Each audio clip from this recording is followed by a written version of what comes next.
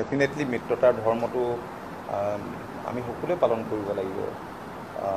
অসম গণ পৰিষদেও মানিব লাগিব, ভাৰতীয় জনতা পাৰ্টিও মানিব লাগিব।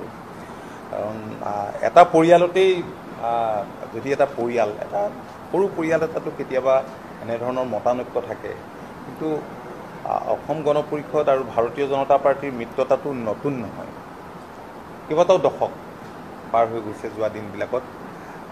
ইয়াত নতুন বুলিবলৈ একো নাই, নতুনত্ব বুলিবলৈও নাই।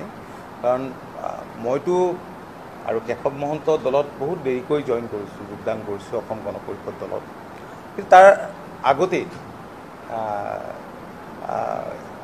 আপুনি জানে যে ভাৰতীয় জনতা পাৰ্টিৰ সেই সময়ৰ নেতৃত্বই অসম আন্দোলনৰ প্ৰতিও পূৰ্ণ সমৰ্থন আগবঢ়াইছিল।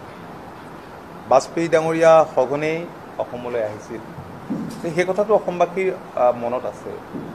আমি এনে শক্তিৰ লগত এলায়েন্স কৰা নাই, বা আমি নাথাকোঁতেও দলে কৰা নাছিল যি শক্তিৰ আমাৰ বিৰোধী।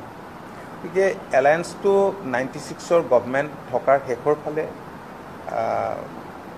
আৰম্ভ হৈছিল আৰু তেতিয়াৰ পৰা কণ্টিনিউ এইটো চলি আছে, চেগা চুৰুকাকৈ মাজতে ব্ৰেক হৈছে।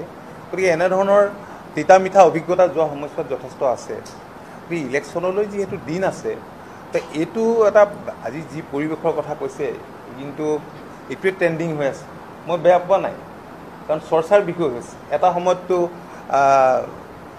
অগপ একেবাৰে শূন্যই হৈ যোৱা বুলি মেডিয়াবিলাকে চৰ্চা কৰিছিল।